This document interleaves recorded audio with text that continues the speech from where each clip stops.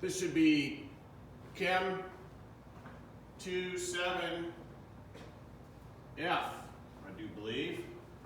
Let me check. Yep. And I don't know if we'll get done, but hopefully on this one. Question 61 out of the book. Page 264 says, summarize the VSEPR bonding theory.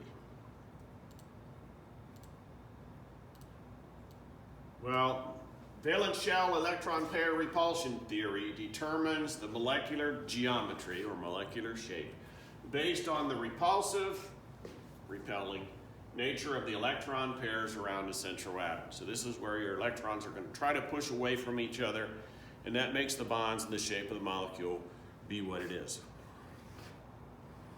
62. Define the term bond angle. The bond angle is the angle formed by any two terminal atoms and the central atom. Terminal atoms are atoms on the end. I don't know what my water molecule here. Here it is. Okay, so the bond angle would be, your terminal atoms would be, you got a central atom here with water and two terminal atoms. Terminal means the end. Because bond angle would be the angle between those. Three. There to there to there. You have to have 3 points to make an angle from math class. Okay, 63. Describe how the presence of a lone electron pair affects the spacing of shared bonding orbitals. So if I have a lone pair up here, you still have valence shell electron pair repulsion theory going on, and it still affects the shape. Here is an example. I don't know what this came from. Probably organic chemistry class. And if I drew this molecule, and you'd have trouble doing the Lewis structure on this particular one because you don't have one central atom, there's two central atoms. This is basically an ethene missing a hydrogen. You wouldn't have 90 degrees and 90 degrees and 180 and 180 and 90 and 90. Valence shell electron pair repulsion theory would push these around to where you had about 120, about 120, about 120, about 120, about 120 to the lone pair and about 120 to here. So with valence shell electron pair repulsion, electron pairs, whether they're lone pairs or in bonds, push away from one another around central atoms. A lone pair, one of the questions is, number 64, compare the size of an orbital that has a shared electron pair with one that has a lone pair. Lone pair orbitals are much larger than shared pair orbitals. Somehow this ended up on here. The presence of a lone pair pushes the bonding pairs closer together. What that means is this. If we go back to page 263 and you look at, your methane, and then if you took an atom off of that, look how big that lone pair orbital is compared to the rest of the molecule. Much bigger. These lone pairs are much bigger. So without another nucleus from another atom out there on the end, that lone pair occupies a big region of space, which allows those electrons to push more. So where that comes into play here is you got a big orbital here for this lone pair. They're actually going to push these two a little farther apart, so where this angle is going to be a little less than 120. Whereas these are going to be a little closer to 120. That's what that's getting at.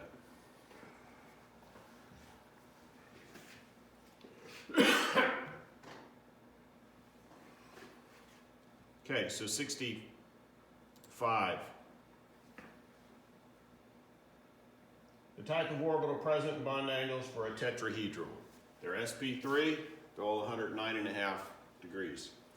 As long as the terminal atoms are all the same. 66, compare the molecular shapes and hybrid orbitals PF3 and PF5 molecules to explain why their shape's different. PF3 is going to, if you draw the Lewis structure, it's going to look like this with a lone pair on it. So it's going to be like this. Okay, well, I have it drawn like so. And that is trigonal pyramidal, trigonal pyramidal, triangular pyramidal. PF5 is going to be an expanded octet. 10 electron pairs around it. So you're going to have 2, 4, 6. Those, by the way, cancel if they have dipoles. And one below and one above, which is going to give me a 3-sided pyramid here, here, and here. And on the bottom, a 3-sided pyramid here, here, and here. So it is trigonal bipyramidal, or bipyramidal. This type of hybrid is called sp3d. Don't worry about that. I'm not going to ask you about too much going on with the expanded octet ones.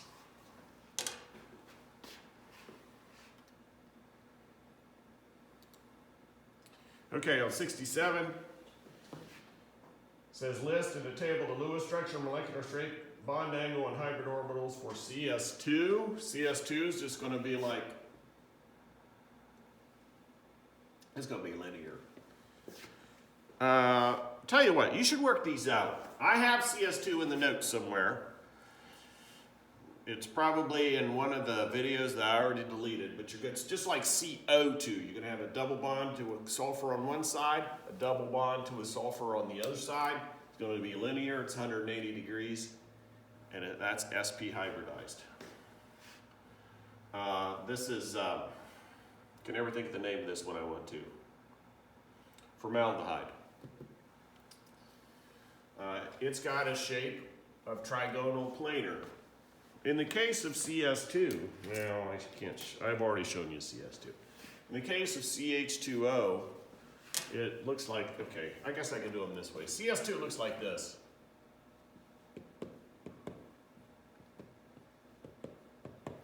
So that's linear. CH2O looks like this. There's a carbon double bonded to an oxygen, a hydrogen here, and a hydrogen here. That's all in a plane.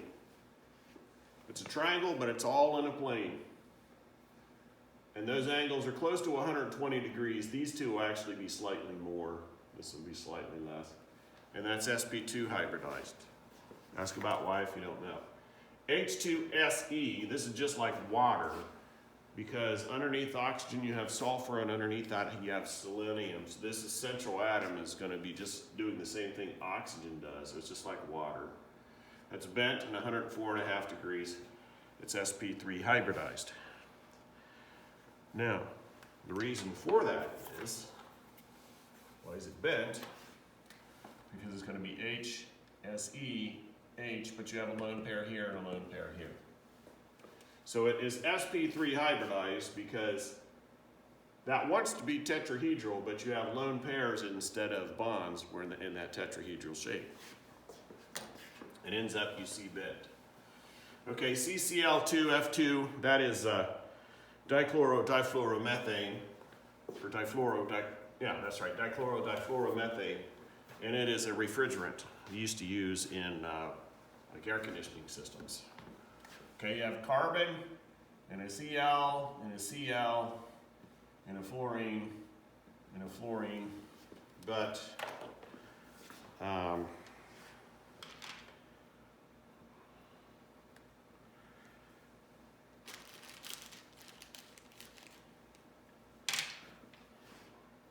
that is tetrahedral shape. I don't know what these orange ones are supposed to be. Probably a halogen of some type. Whoops. So it would look kind of like this. Carbon in the middle, 2 fluorines, 2 chlorines. Okay, that's tetrahedral still. Can't draw it on paper. Now what they do on paper, and I erased some of this off at one point, is you can make two of them that are, if these are in the plane, two of them, one of them's out of the plane towards you and one is away from the plane into the board. You can draw it that way. In organic chemistry, we would deal with this nomenclature more. That's called a calculated structure. I'll show that to you at some point. An NCl3, okay, the way that's going to look, you're going to have, it's just going to be like ammonia. You're going to have an N, a Cl, a Cl, a Cl, and an electron pair up here pushing all that down, kind of like this.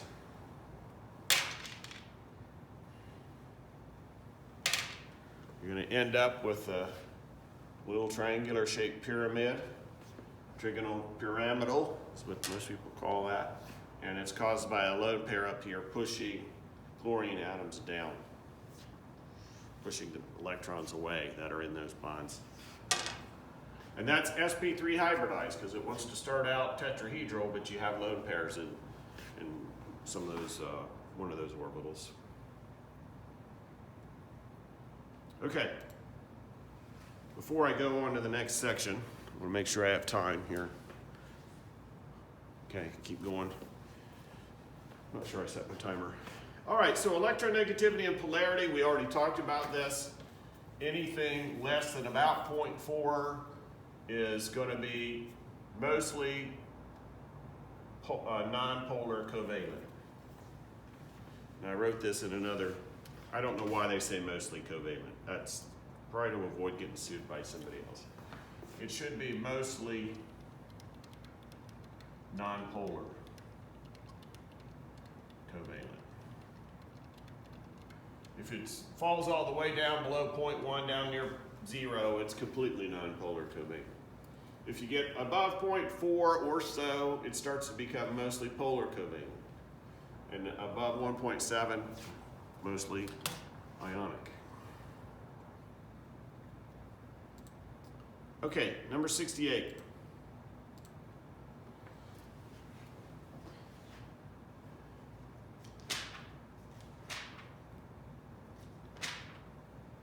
Summarize how electronegativity difference is related to bond character. To find the two electronegativities, you subtract them.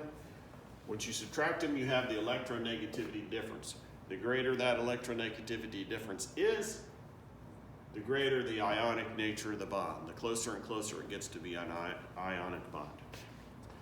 Next one, describe a polar covalent bond. It is one where you share electrons but not equally. A polar bond has unequal sharing of electrons. The electrons are pulled towards one of the atoms, generating partial charges on the ends. And in Schoology, I was showing you that delta symbol. So if you go to virtual handouts, general course reference, Greek alphabet, the delta, we use the lowercase delta to show that. I pulled this page up, but I didn't point out that that's the lowercase delta that we use for partial.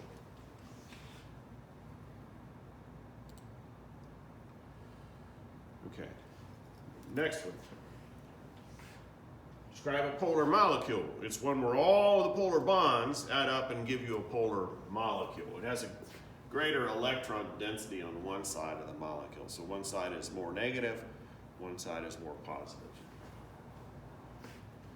71, 3 properties of covalent compound in the solid phase. Okay, it is a molecular compound if it's covalent. If it is a molecule, and this said, okay, it's not going to be a conductor like ionic compounds, like table salt is a conductor. They're usually going to be soft, they're usually going to have a low melting point. We did last year with you a little lab activity where we heated salt, we heated sugar, and we heated ice. And the sugar broke down. It was a molecular solid. The solid state of a molecule is crystalline or it can be amorphous. I added the blue part because that's true. If you had, for example, silicon dioxide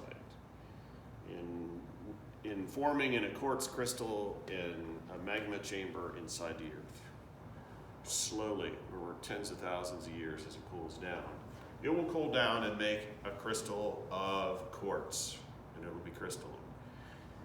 If that quartz ends up broken down by erosion and ends up on a beach somewhere as quartz sand, and you take the quartz sand and heat it up and make glass out of it, and you cool the glass down quickly by comparison to 10,000 years, glass is going to cool in an amorphous structure.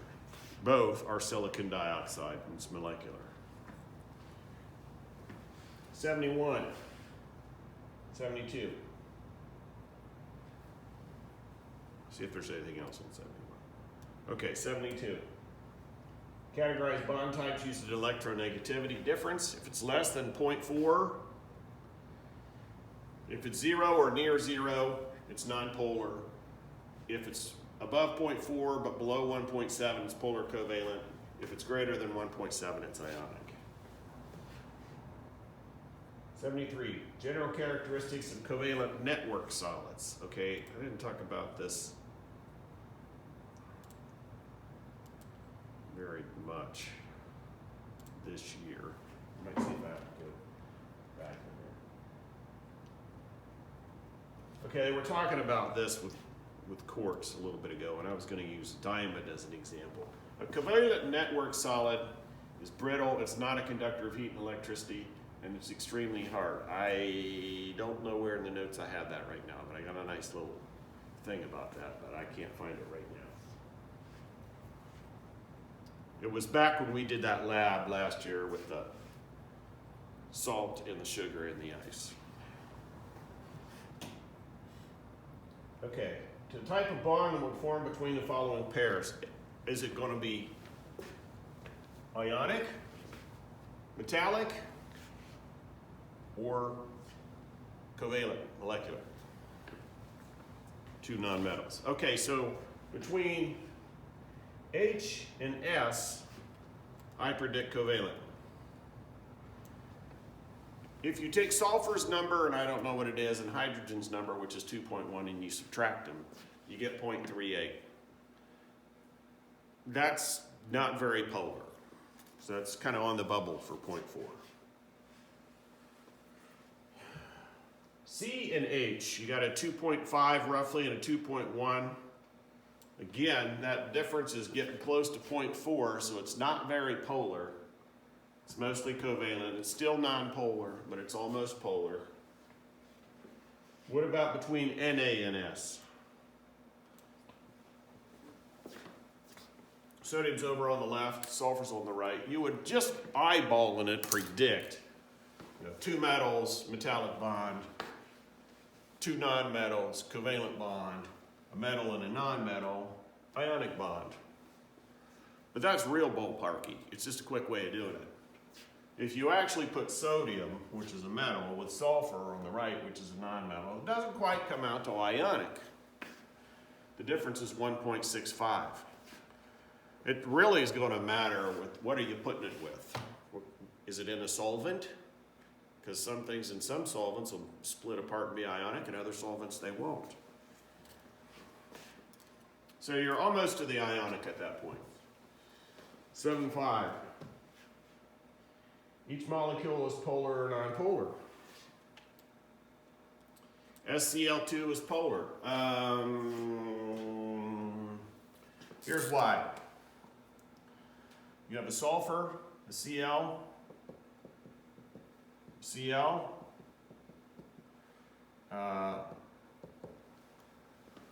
This is what it's going to look like. This will just be like H2O, H, and O. Sulfur's below O, so it's going to have the same molecular geometry.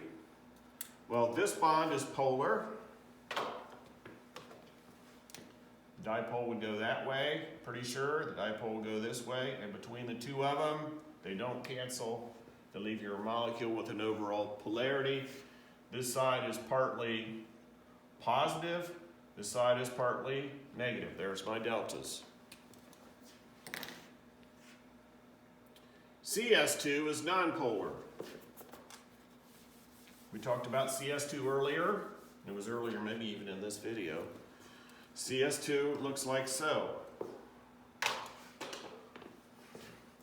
Now carbon, double bonded to a sulfur, double bonded to a sulfur. You got a dipole on that, which I think runs this way. I'd have to look the numbers up and subtract them. And this way, but those are exactly opposite. So even though there's a dipole on each one, the dipole cancels. So that molecule is nonpolar. And then you have CF4, which is just like this. And even though each bond is polar like so, they all cancel, ends up nonpolar. 76. A compound of hydrogen sulfur is polar or nonpolar. H2S. Okay, here's an H, here's an S, here's an H, just like H2O. The number for hydrogen is about 2.1. I got to look it up here. 2.2 in this book. Sulfur, 2.6 almost. 2.6 minus 2.2 is right at 0.4. So there is a dipole here, but it's not, it's not zero, but it's very weak, and it would be towards the sulfur, and this one towards the sulfur. So if that was, it'd be interesting to see what the answer says.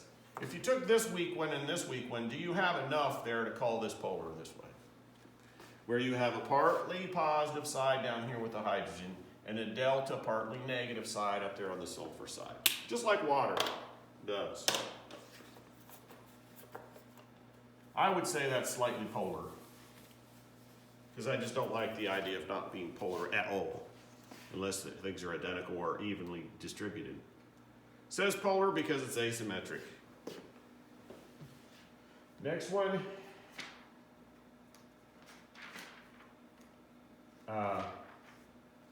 Draw the Lewis structures for SF4 and SF6. And what's going on with the polarities of these? Well, I didn't draw it yet, so let me do that right now. Well, there's your answers. SF4 says it's AB4E, which means you have a central atom. It's going to be easier to do this one this way.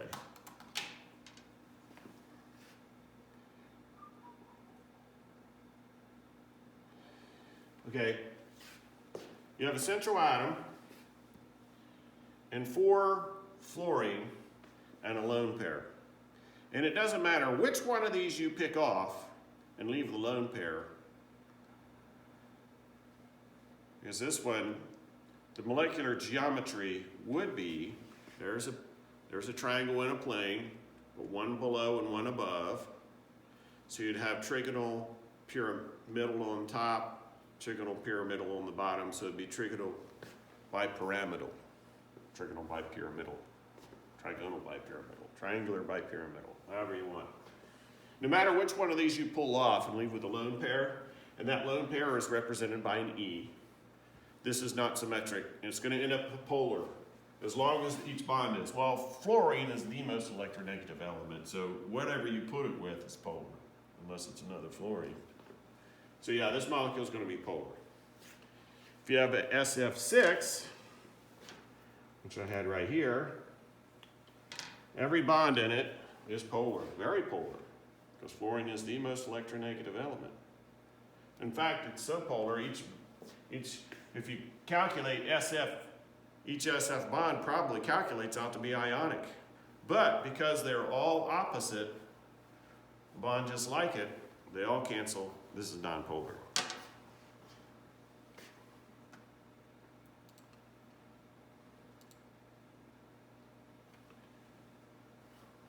Now, I think the rest of this stuff we already did before the break. Okay, so we're done with this chapter. There is some review past question 105 that we have to talk about.